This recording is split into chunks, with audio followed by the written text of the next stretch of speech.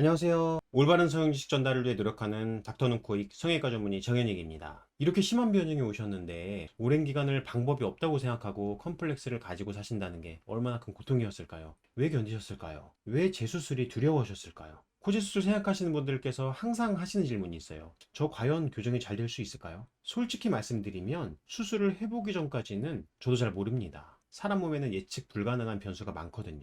그래서 일반적으로 최선 다하겠다고 말씀드리는 의사들이 많죠. 근데 정상적인 의사라면 환자분께 최선 다해서 치료하는 게 사실 너무 당연하잖아요. 그래서 저는 최선을 다해 볼 수 있는 가장 적절한 방법을 통해서 최선 다하겠다고 말씀드립니다. 그래서 의사의 역할이 상당히 중요하다고 생각합니다. 수술 후 2달 반 정도 지난 상태인데 모양이 어떠신가요? 상당히 자연스럽고 좋죠. 들려있는 코끝이 이렇게 충분히 내려온 것을 볼 수 있습니다. 근데 잘 뜯어서 보면 콧대의 높이 변화는 크진 않거든요. 근데도 전혀 느낌이 다르죠. 좀 더 빨리 수술하셨으면 좋았을 텐데 이제야 연이 닿은 게 안타깝습니다. 작은 변화에도 이렇게 큰 차이를 만들어냅니다. 그저 화려함만 중요한 게 아니라 전체적인 밸런스와 안정성 두 가지를 함께 확보해야만 좋은 결과라고 할 수 있습니다. 그 비법이 궁금하신가요? 끝까지 보시면 모두 알게 됩니다.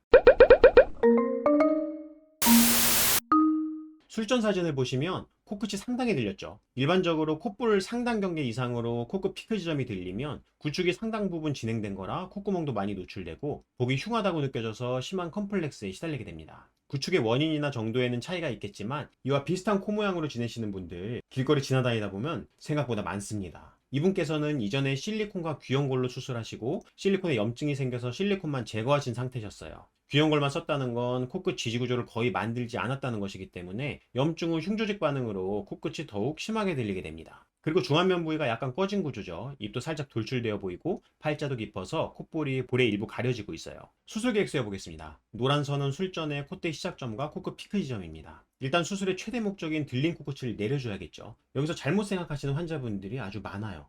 환자분께서 코끝 욕심은 없으니까 코끝 높이지 말고 그냥 내려주세요. 이렇게 말씀하시는 분들이 있어요. 여기 파란색 점선을 보시면 콧대 라인을 따라서 코끝을 내리는 것만 해도 상당 부분 코끝을 높여야 되거든요. 그래서 환자분들께 말씀드려요. 코끝을 내리는 건 높이는 것하고 똑같다고요. 심하게 구축된 코끝 구조를 충분히 내리고 높이면 그만큼 피부의 저항도 상당합니다. 그래서 이분의 경우 코끝 지지 구조를 이루는 모든 재료를 자가누경골로 활용하였습니다. 튼튼한 지지 구조를 만들어서 코끝을 상당량 높여줌으로써 초록선까지 코끝 위치를 내려주면 좋겠죠. 콧대 시작점은 많이 높일 필요는 없어요. 지금도 여성분치고 크게 나쁜 건 아니거든요. 그리고 콧대를 높인다는 얘기는 콧대를 따라서 코끝도 함께 높여줘야 되기 때문에 코끝에 대한 부담이 늘어난단 말이죠. 들린 코끝을 충분히 내리는 것도 쉬운 게 아닌데 거기에 부담을 더하는 건 좋지 않겠죠. 그래서 시작점을 여기 초록선까지 살짝 높여준다고 생각을 하고 코끝까지 자연스럽게 연결될 수 있도록 콧대를 채워주면 되겠죠. 이분의 경우 실리콘 보형물에 염증을 겪으셨던 분이기 때문에 좀 더 안전하게 수술받기를 원하셔서 콧대 재료로는 엉덩이 자가진피를 활용하였습니다. 자가진피는 생착률에 따른 볼륨 변화가 상당히 큰 재료라서 예측성이 떨어진다는 문제가 있긴 하죠. 하지만 이렇게 염증을 겪으셨던 분들에게 자연스럽게 콧대를 채워주는 용도로 잘만 쓰면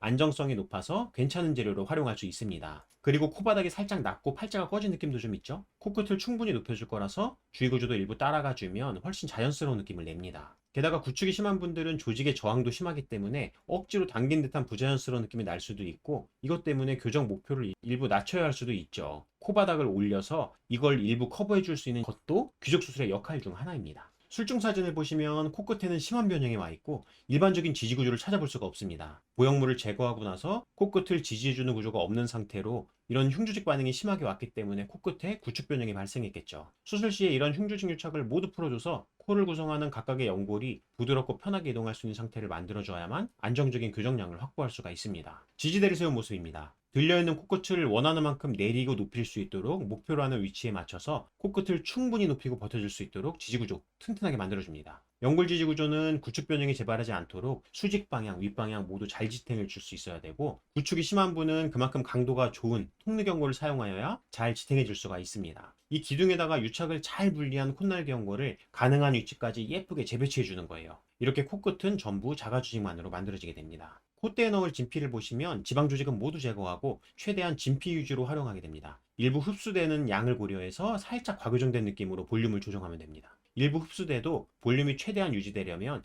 이 진피를 컴팩트하게 모아주는 술기를 같이 시행하면 도움이 되겠죠. 그리고 남은 늑연골로는 귀족에 넣을 연골도 조각합니다. 수루 사진 보시면 코끝이 계획했던 위치까지 잘 내려갔죠. 이걸 위해서 튼튼한 늑연골 지지 구조를 잘 만들어서 코끝 높이를 높였고요. 귀족 수술을 통해서 코바닥이 같이 올라오니까 코끝이 많이 높아지고 내려왔는데도 이렇게 자연스러운 느낌이 납니다. 그리고 콧대에 삽입한 진피도 계획했던 대로 자리를 잘 잡아가고 있는 것으로 보입니다. 사실 수술 중에 이렇게 예상할 수 없는 점들에 대한 결정을 내려야 할 때가 많은데, 이런 상황에서 빛을 발하는 게 바로 경험이라고 생각합니다. 결론 간단히 짚어보자면, 자가의 경우 코 수술, 저처럼 숙련된 의사들에게 매우 간단해졌습니다. 생각보다 수술 힘들지도 않고, 수술 시간도 총 2시간 정도로 짧은 편이고, 수면 마취도 가능하고, 회복 기간도 길지 않아요. 절대 부담 느끼지 않으셔도 됩니다. 채취 부위의 1.5cm 전후에 작은 흉터가 하나 남으신다는 거, 그것만 받아들이면 됩니다. 모양도 예쁘게 잘 나와요. 물론 잘 나오려면 연골을 예쁘게 잘 다듬는 손재주, 튼튼한 구조를 만들 수 있는 경험 중요하겠죠. 의사에 따라서 결과가 좀 다를 수는 있겠습니다. 콧대 엉덩이 진피는 일반적으로 미용 목적으로 좋은 재료라고 하진 않지만 상황에 따라서 괜찮게 쓰일 수도 있어요. 이전에 심한 실리콘 염증 반응 때문에 실리콘 염증 위험이 높고 늑연골 이식 시에도 생착 실패될 가능성이 높은 분들이에요.